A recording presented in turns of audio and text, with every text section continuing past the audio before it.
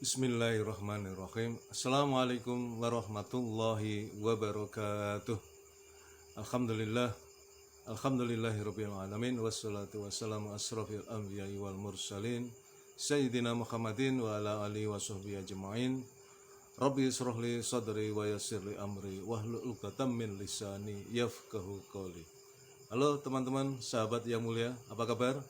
Alhamdulillah kita berjumpa lagi di dunia maya dalam keadaan sehat walafiat, dan oleh karena itu marilah kita tidak pernah lupa untuk selalu bersyukur kepada Allah Subhanahu wa taala yang telah memberikan begitu banyak karunia kepada kita yang tidak mungkin atau mustahil kita bisa menghitungnya.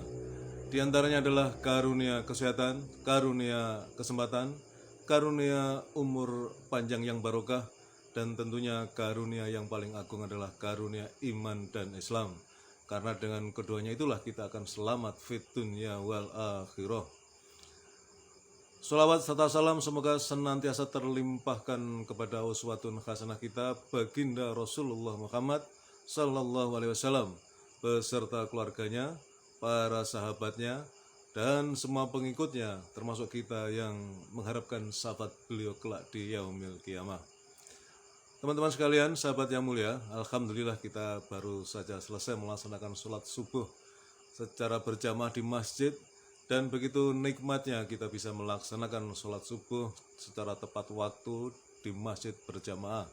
Karena 2 rakaat sholat sunnah fajar sebelum subuh lebih mulia daripada dunia dan seisinya, terlebih lagi dengan sholat subuhnya itu sendiri. Maka mari kita selalu berdoa kepada Allah Subhanahu wa taala semoga kita istiqomah di dalam ketaatan kepada Allah, terutama dalam melaksanakan sholat fardu secara berjamaah tepat waktu di masjid. Dengan demikian mudah-mudahan Allah ridho kepada kita dan memberikan rahmatnya kepada kita dengan kemenangan yang agung, yaitu kita masuk surga. Amin ya robbal alamin.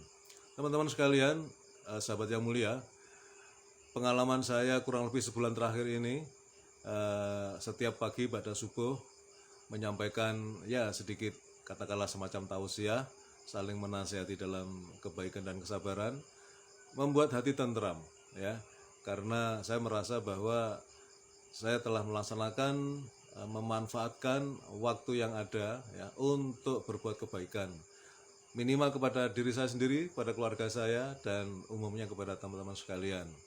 Dengan memanfaatkan dunia maya ya, dengan kecanggihan teknologi, kita bisa bertausiah ya tanpa perlu harus membuat suatu forum secara fisik ya. Dengan forum yang sifatnya virtual kita bisa menyebar dimanapun berada di titik dunia ini bisa disaksikan. Mudah-mudahan ikhtiar ini akan mendapatkan keberkahan dan rahmat dari Allah Subhanahu wa taala. Nah, teman-teman sekalian, pada kesempatan pagi ini saya akan menyampaikan satu ayat, yaitu surat Al-Maidah ya, ayat 17. A'udzu billahi minasyaitonir rajim. Bismillahirrahmanirrahim. Laqad kafara alladziina qalu innallaha huwal masiih ibnu Maryam. Qul faman yumliku minallahi syai'an in arada an yuhlikal masih ibn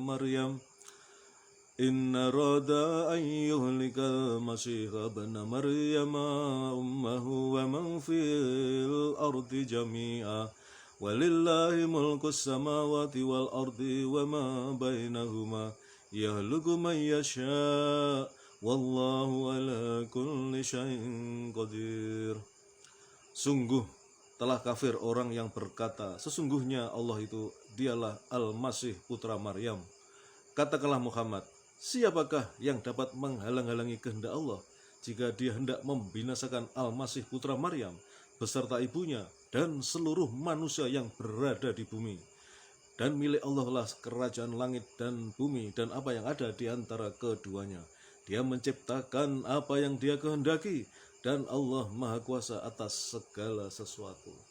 Nah, teman-teman sekalian, dari surat Al-Maidah ayat 17 ini kita bisa merasakan kemurkaan Allah ya terhadap umat atau manusia, segolongan manusia yang mengatakan bahwa Isa putra Maryam, Nabi Isa maksudnya, adalah anak Allah, ya. Yang mengatakan bahwa dialah Al-Masih putra Maryam, ya, adalah Allah itu sendiri. Sesungguhnya Allah itu dialah Al-Masih. Jadi menganggap Al-Masih putra Maryam itu sebagai Tuhan, ya. Katakanlah Muhammad bahwa siapa yang dapat menghalang-halangi kehendak Allah jika dia hendak membinasakan Al-Masih putra Maryam berserta ibunya dan seluruh manusia di bumi. Ini sebuah ekspresi kemurkaan Allah, ya.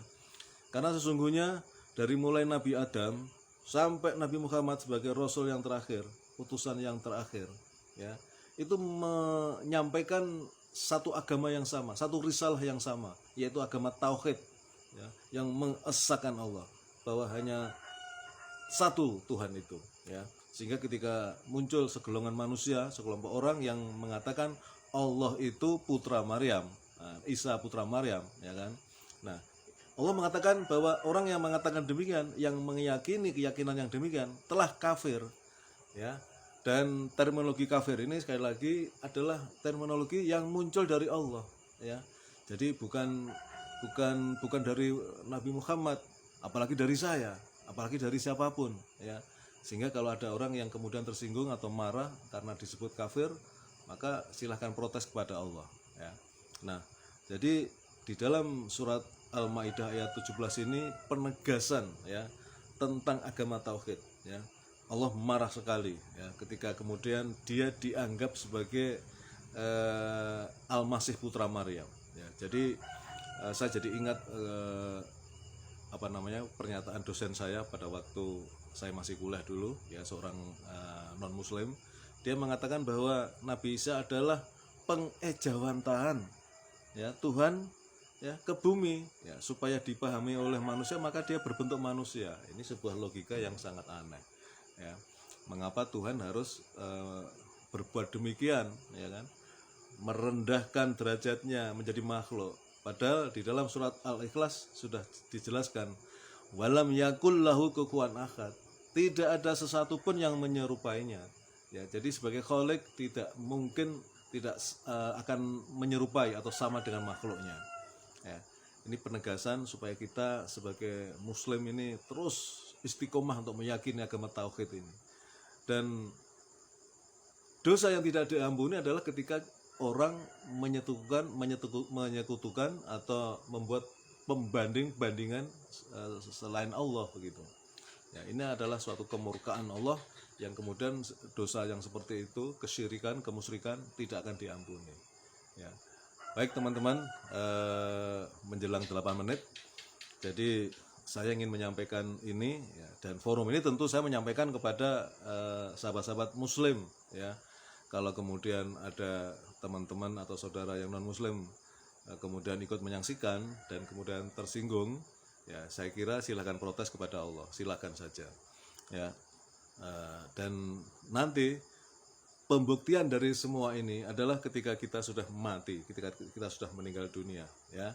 Ketika di alam kubur kemudian ada sesi pertanyaan dari malaikat Munkar dan Nakir. Ketika ada pertanyaan, man rabbuka, siapa Tuhanmu? Kalau yang disebut Tuhan selain Allah, ya, tentu siksa kubur lah yang akan diterima, ya.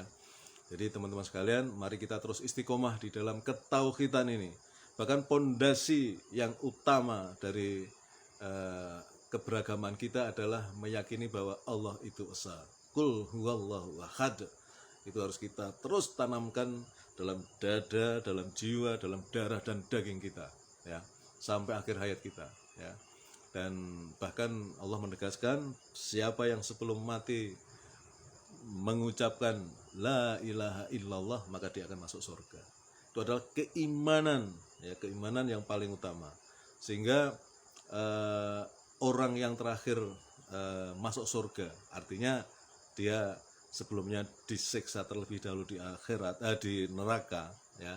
Itu adalah orang yang minimal dia punya satu keyakinan, keimanan bahwa la ilaha illallah, ya.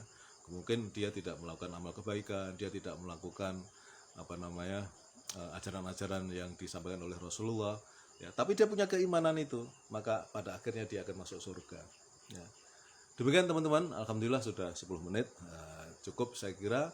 Saya ingin hanya menyampaikan ini nasihat buat saya sendiri dan mudah-mudahan bermanfaat bagi sahabat-sahabat muslim yang lain. Ingat ya bahwa tentunya konten seperti ini ya konsumsinya untuk teman-teman muslim. Terima kasih. Kebenaran datang dari Allah. Bila mana saya dalam menyampaikan ada yang salah ucap, salah kata, mohon dibukakan pintu maaf. Itu semata-mata karena kedhaifan saya sebagai manusia biasa yang tak luput dari salah. Terima kasih. Assalamualaikum warahmatullahi wabarakatuh.